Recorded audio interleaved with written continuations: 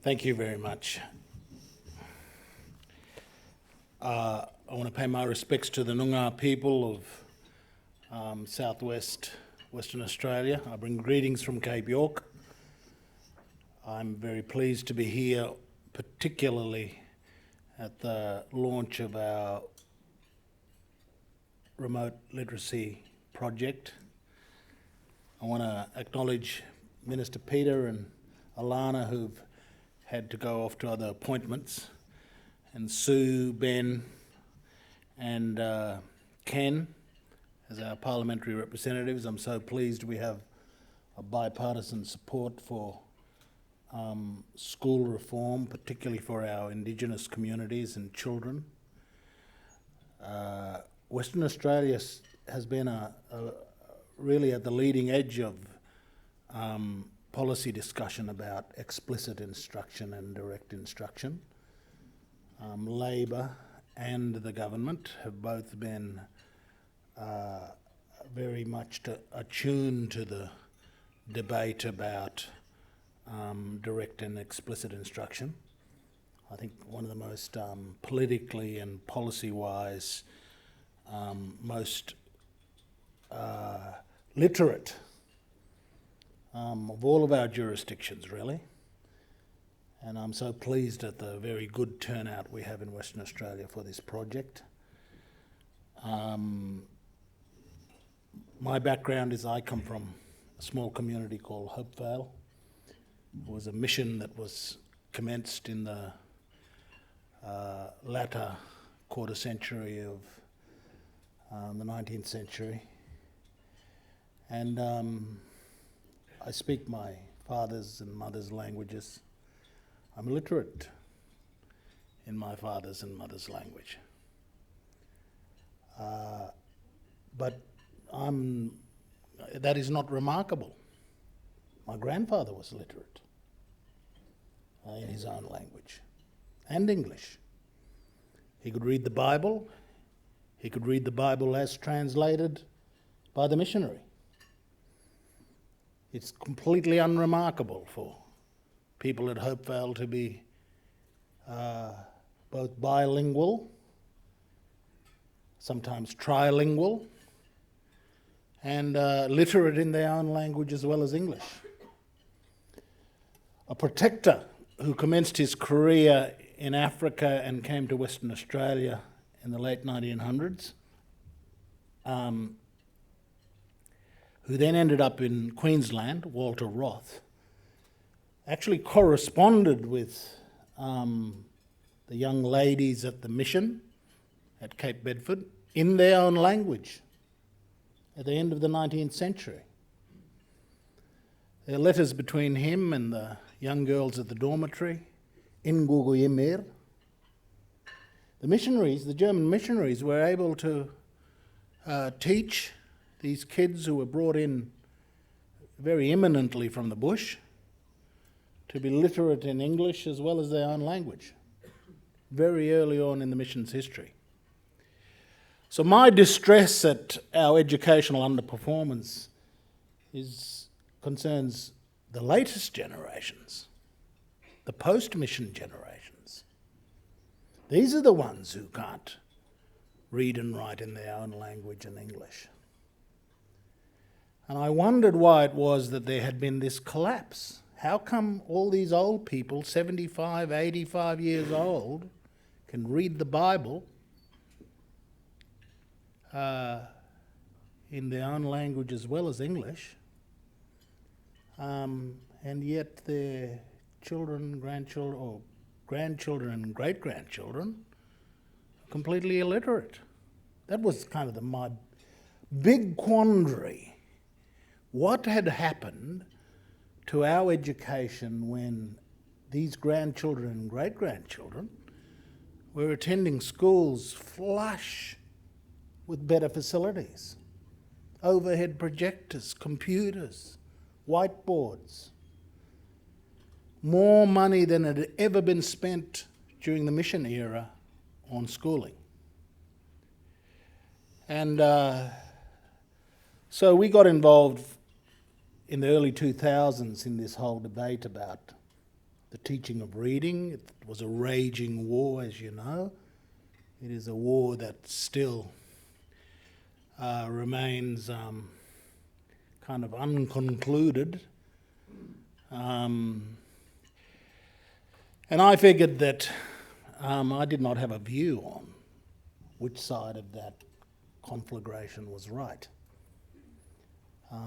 But I read the debates and I became convinced that the people on the phonics and direct instruction part of the debates sounded like they had the persuasive argument.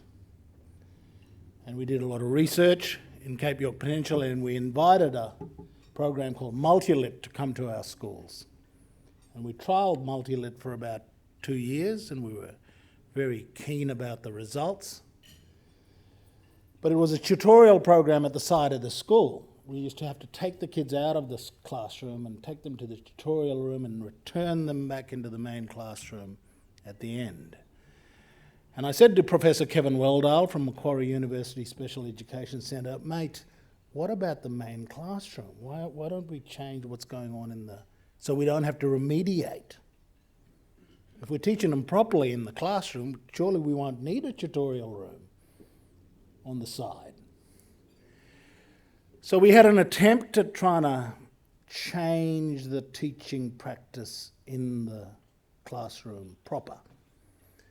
And I think we tried that for a year, and it really didn't work. 2 cooks in the kitchen, one mob wanting to do whole language, another mob trying to do multi-let, and there was no consensus about what should happen.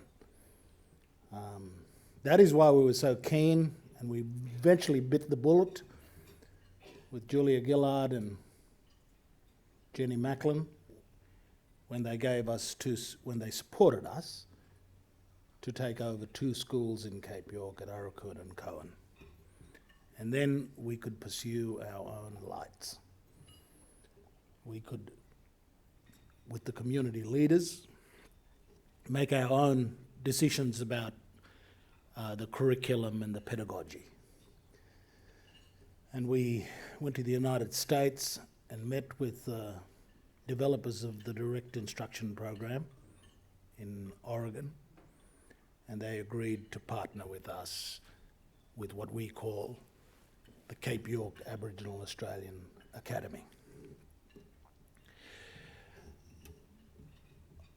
I want to share some of my thinking about this whole debate between whole language and direct or explicit instruction. But let me first say that Good to Great Schools is about the idea that we came up with very early on in our thinking that it's the instruction stupid. The old Bill Clinton line that it's the economy stupid. It seems to me that schools, we've got to get the instruction right. And so our letterhead with Good to Great Schools has that keystone in the middle and the 2 stones on the left and right of that keystone. We think they're the 3 critical elements of schools, the archway of schooling and educational success. And on one side is the teacher, the great teacher who is committed to delivering for the student. And then you have the student who's ready to learn. But there's got to be something between them. That relationship between the teacher and the student, it seems to me, was the critical keystone that you need to get right. What is it that lies between the great teacher and the ready student? It seems to me it's instruction, effective instruction. Of course, there's a lot more to that relationship than effective instruction. There is commitment, there is friendship, there is love, there is dedication. There are all those elements to the relationship between the teacher and the student. But my argument is that if effective instruction is not there, then all of the love and dedication amounts to nothing. That relationship between the teacher and the student, if there is not between them the element of effective instruction, then it seems to me that the crucial keystone is missing and there will not be educational success. Like everybody, I can count and I can recall, several teachers in all of my primary, secondary and tertiary education whom I loved, who transformed my life, whom I had a great relationship with, whose names I will never forget, with whom I had experiences that were burned into my breast. But I came to reflect on that handful of teachers that I was so fortunate to have, that there were other teachers whose names I could not recall.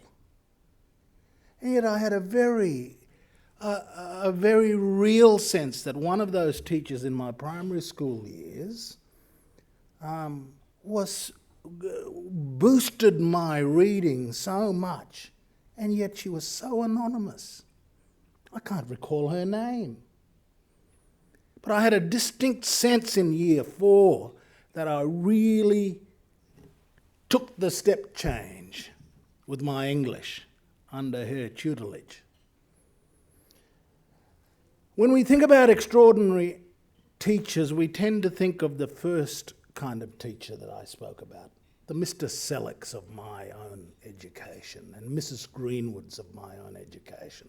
They're the obvious, people that I recall as great teachers. But my year 4 teacher, who taught me to crash through on reading, who never had any kind of spectacular personal relationship with me, I know gave me effective instruction. There's more teachers who contribute through much more modest ways because they deliver effective instruction than we want to give credit to in our recollections about our own education. And it was that insight, my reflection on that got me determined to highlight the fact that the keystone of success is to get the instruction right. The instruction has got to work. It's got to be effective. You can't just have a good guy or a good caring and committed teacher if they're not going to deliver you effective instruction. And so our idea with Good to Great Schools is that we've got to get 3 elements right to make schools work. Great teachers, effective instruction for every child. And so we were struck when we read the McKinsey & Company's analysis of the 20 most high-performing systems in the world. They asked the question, what is it that makes these high-performing systems work? And McKinsey said, those systems pick the right people to become teachers. They make sure those teachers are delivering effective instruction, and they make sure that every child in the system receives the benefit of that instruction. Again, a complete correspondence with our idea. Great teachers, effective instruction, every child. And I want to say that we've adopted in our thinking McKinsey's framework for thinking about school improvement. I think it's a completely brilliant report they did in 2010 when they looked at school systems across the world, and they said that these systems go through stages, from poor to fair, to good, to great, to excellent. And they plotted the best systems around the world. Singapore, Long Island, Hong Kong, systems right across the world, Ontario and so on. And of course, they also explained the great insight that Singapore used to be poor. If you go back in time, there was a stage when Singapore went from poor to fair. And then they went, sometime in the 70s, from fair to good. And then they moved from good to great. And now they're kind of knocking on the door of excellent. So all of these systems have undertaken a transformation journey. And what they've done at different stages of the journey has been particular. When Singapore went from poor to fair, they had scripted instruction. They had a priority on getting children in the seats, school attendance. They had a priority on basic needs, food, shelter, money, children's welfare. So all of these systems that we look at today that are said to be great, that are said to be excellent, like Finland and Singapore, when you look back at how they got to be where they're at, they undertook a set of interventions along the way that were particular to their performance level. So when we reflected on the McKinsey report, we thought, well, actually, doesn't this analysis apply within a system? Doesn't the Western Australian system actually cover that whole range? Isn't there within Western Australia excellent schools and great schools and good schools and fair schools and poor schools? Western Australian schools traverse that whole performance spectrum. Yeah, the centre of gravity might be around good, but Western Australia does have excellent schools. And Western Australia does have poor schools, failing schools. And there's a whole lot of schools in the middle that are, they're all right, they're good, but geez, I wish they were better.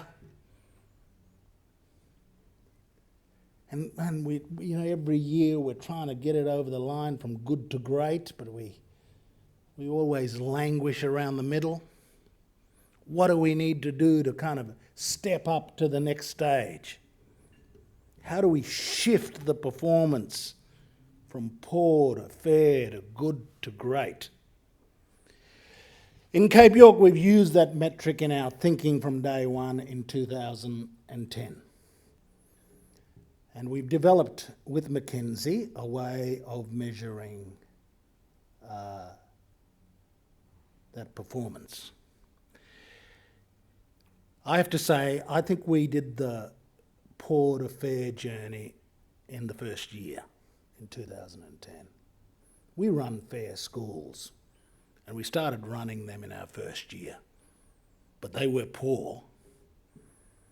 If there were a national competition of worst school in Australia, we would have had a candidate. And but I would say that school is a fair school today, and it was a fair school in a very short order. We turned the ship around. In some of the photographs there, you'll see some white kids. They're usually the child of a mechanic or a council clerk or some service provider who lives in the community. Those kids, they might come from working class families, but because they attend every day and they've got a whole lot of things in place, they do really well at our schools. they're better off going to Aurukun school than going to a school in Cairns, because they've got everything else sorted out, and Aurukun school gives them effective instruction. So it's just extraordinary when I see these Vietnamese kids whose father happens to be working for the local council or something. They do really well at our schools.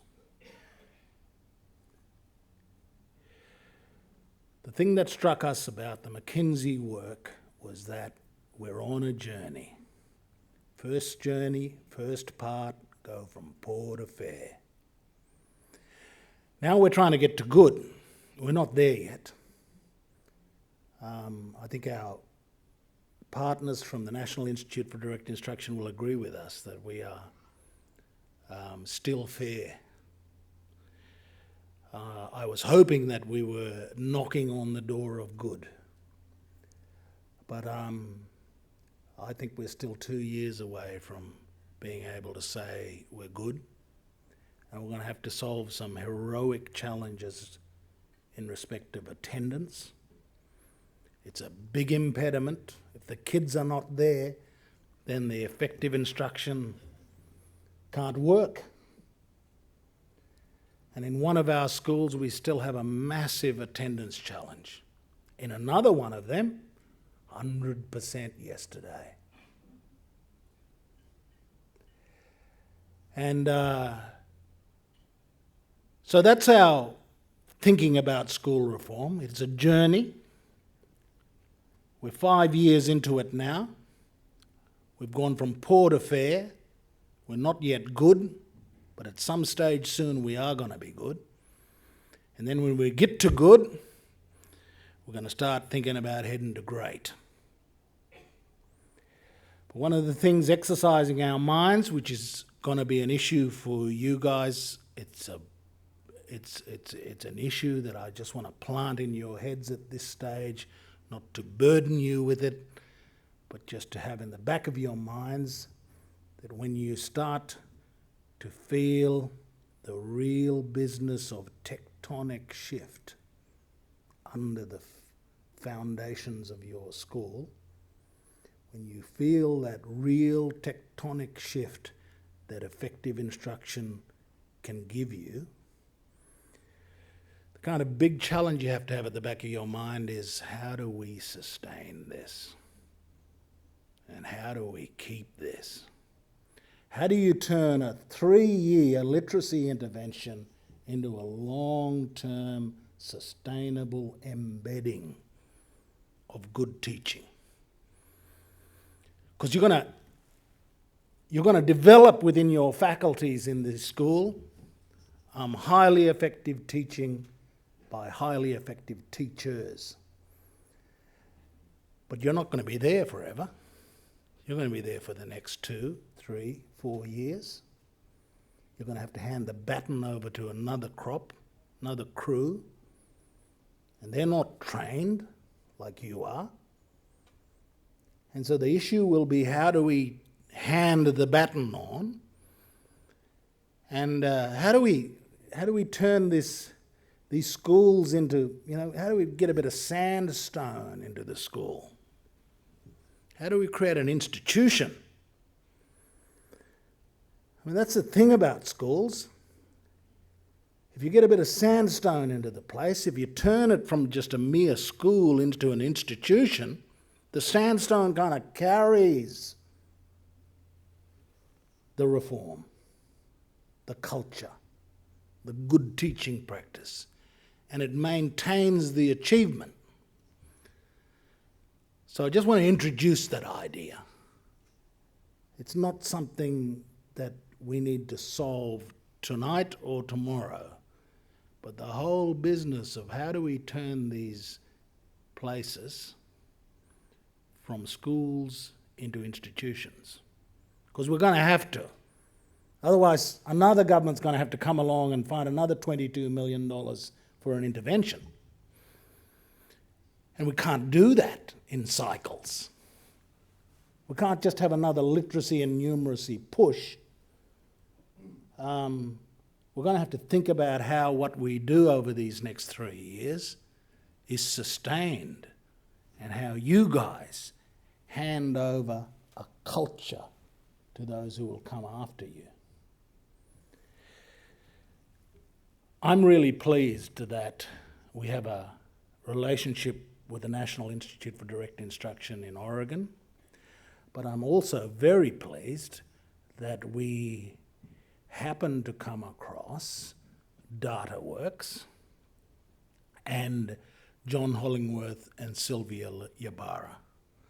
I read their book by chance and was completely galvanized by explicit direct instruction. It is a related program to direct instruction. It is not scripted, but in our flexible literacy project, we have developed an Australian first curriculum with a comprehensive set of literacy lessons that can be utilised by teachers and schools, knowing that those lessons are consistent with the Australian curriculum. I've dealt with enough educators around the country to know that their appraisal of John and Sylvia's expertise in relation to curriculum standards and how to translate those standards into lessons is unparalleled. The capacity of DataWorks to translate curriculum standards down to what the teacher has to teach at the classroom level is an extraordinary aspect of the value that DataWorks is giving us. I'm particularly taken with the work they've done on getting us to understand the importance of each lesson. John and Sylvia say it's about school reform at the lesson level. Get the lesson right, and we'll eventually get the whole school right. And their book is subtitled with the very message that I think is so powerful about their approach. It's about well-crafted lessons that are powerfully delivered.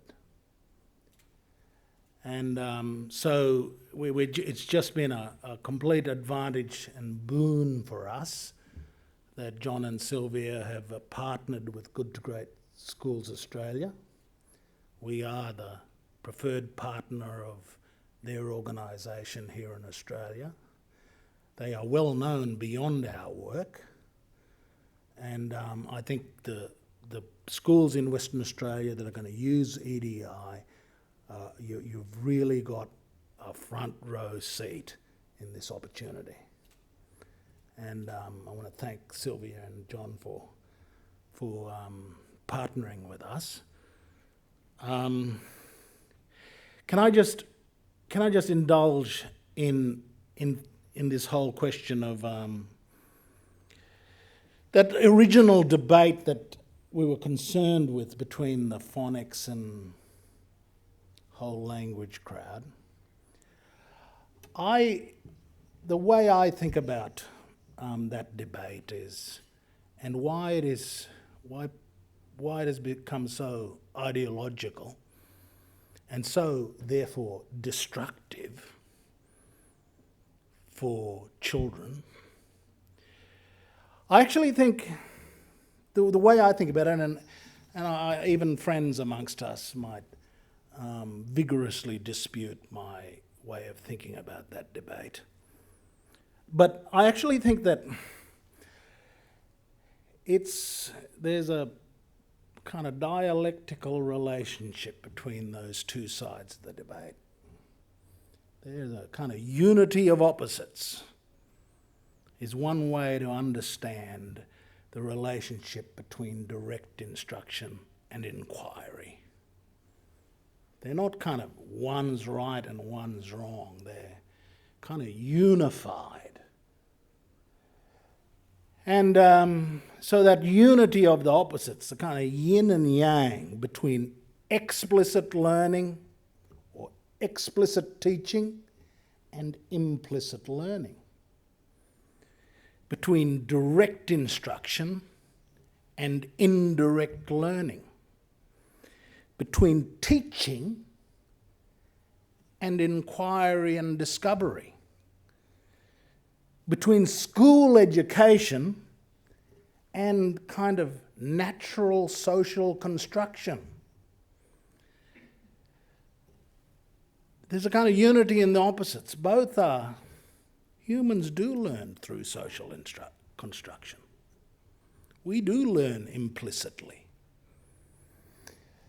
Siegfried Engelmann, in Theory of Instruction, his starting point for understanding how humans learn is that children are logical beings. Babies are logical. The way humans learn is completely logical. Cognitive scientists once called it the computational baby. It is in the nature of humans that we start making logical calculations. We drop the glass and we learn about gravity. We learn the rule in relation to the blue sea and the blue smoke and the blue car and the blue pen. Even before we know the word blue, we learn the rule blue. Children are logically learning a whole lot of rules through life from the very beginning. That's the way Siegfried explains it in Theory of Instruction. The nature of human being is to identify similarities between qualities and then at some stage identifying differences between all of those things that are the same, all of the blues, and the line that separates the blue from green. And I had a meeting before Christmas with some executives from Apple Australia in Sydney, and I'm doing the big pitch to them. And of course, they're into creativity and inquiry and discovery, yeah? As you would be. But I caused them to stall in their assumptions about that when I said, you know, it's like if you had a glass apple in a big block of ice. We know that there is an apple in the middle of this block of ice. Now, how do we go about teaching the child about the apple? Do we give them a chisel to work it out themselves and to discover the apple? Do we give them a Bunsen burner to melt the, How is it that they learn about the apple, learn the knowledge of the apple that's trapped in this block of ice and they can't see it? Well, as I understand it, direct instruction is about explicitly teaching the child about the shape of that apple at the core of that block of ice and going straight to the business of telling them what it looks like, what size it is, and where you will find it. Rather than arming them with a chisel to work it out themselves and to discover the shape of it. And I see that school education is about teaching because we know that if we expose kids to a whole lot of examples, they're going to learn the rule. Siegfried's construction of his direct instruction program is about exposing children to examples so that they learn the rule. The blue car, the blue smoke, the blue pen, the blue carpet. The rule is blue.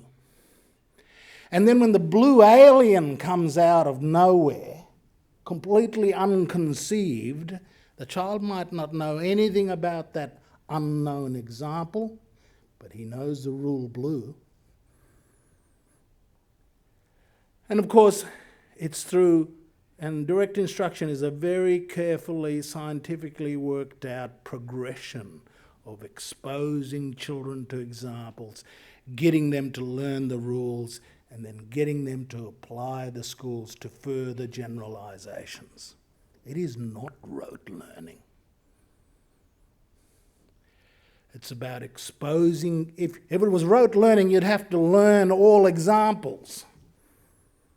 Rather, it's about exposing kids to examples so they learn the rule and then they can generalize to completely novel examples, completely unknown examples. And that logical process, at its higher levels, includes patterns and other forms of higher level logic. And the children's capacity to do that is developed from the very beginning through a logical process.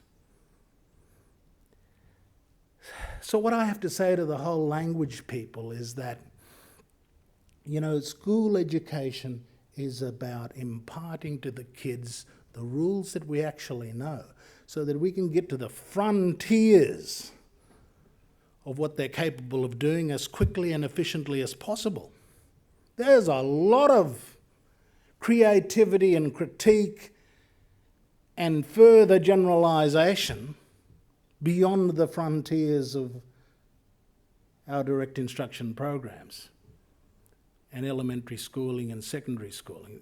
There's a lot of frontier out there, and why we should bog the process down in getting kids to undertake discovery learning and so on, and inquiry-based learning, when explicit and direct instruction can teach you very straight up what those rules are and enable you to then generalise them, is confounding. And rather than seeing the explicit and implicit learning as kind of a unified whole, and understanding why is it that school education, deliberate formal school education, is about direct teaching. It is in the nature of teaching that the teacher is versed in the examples that she wants to provide to the child and the learning that she wants to ensue when she does that. So, unfortunately, this whole debate is across the Western world, not just in Australia, a highly ideological debate that ultimately the most disadvantaged kids suffer from. Because this ideological debate doesn't really damage advantaged kids. It most damages the prospects of those kids who desperately need to be able to read and succeed. And it distresses me that the people who are most concerned for the welfare of disadvantaged children, unfortunately, tend to champion the educational approaches that could not be more kind of deleterious to their prospects than whole language. The final thing I want to say is that the teachers here tonight, I salute you for your profession. The great Samuel Johnson once said that he was embarrassed that he'd never been a soldier. And most people, he said, feel a sense of embarrassment that this is the 17th century, by the way, but I kind of understand very well when Samuel Johnson says that there's a certain sense of embarrassment for those of us who are not soldiers. But my sense of embarrassment is that I'm not a teacher. I just think it's the most noble profession. It's people who dedicate their lives to teaching. You're engaged in the most precious business, I think. I'm a great admirer of teachers. I've never had more service and love in my life than I have had from my teachers. I just want to say to the teachers here tonight that I'm a great supporter of teachers and teaching. Yours is an extremely noble profession, too undervalued here in our country. Not sufficiently honoured. And I really want to express my gratitude for your schools and your own involvement in this project. You are engaged, I think, not just in helping each individual Indigenous child and non-Indigenous children as well who are involved in our project. You're not just helping them, I think you're going to help these communities and these peoples. There's a big debate here, as there is in our end of the country, about the future viability of our communities and our culture and our languages. And I've got to tell you that if we don't get this education thing right, it is going to be about the viability of our future, particularly in remote Australia. If we don't get this schooling thing right soon, we're going to lose our communities in remote Australia. We've got to get it right. If there's one thing that's got to work in the smallest community, the remotest community, the one thing that has to work is the school. It is that desperately important. If you're worried about the future of remote communities and you want to do something about it, the most important thing you can do is help them to get their schools rolling, get their children educated, because it is the ultimate underpinning for the future of those people, their languages, their culture. And so I really apologise for going on at length here this evening, but I just want to say in closing that I salute all of you for your involvement in our program. Can I say that at this stage of the game, even before we've conducted our first class, you're all entitled to be sceptical. You're all entitled to be sceptical. But you're not entitled to be cynical. No one is entitled to be cynical. It is the performance of the children that will swing you around. You're entitled to be sceptical, and when you see the performance of the children, that is what will bring you on board. It has ever been thus in our schools. Many of the teachers here are teachers who say to me all the time, I was sceptical at first, but after a while I realised, and it was the kids' performance that got me to change my scepticism. But of course, I just want to underline, none of us have the right to be cynical.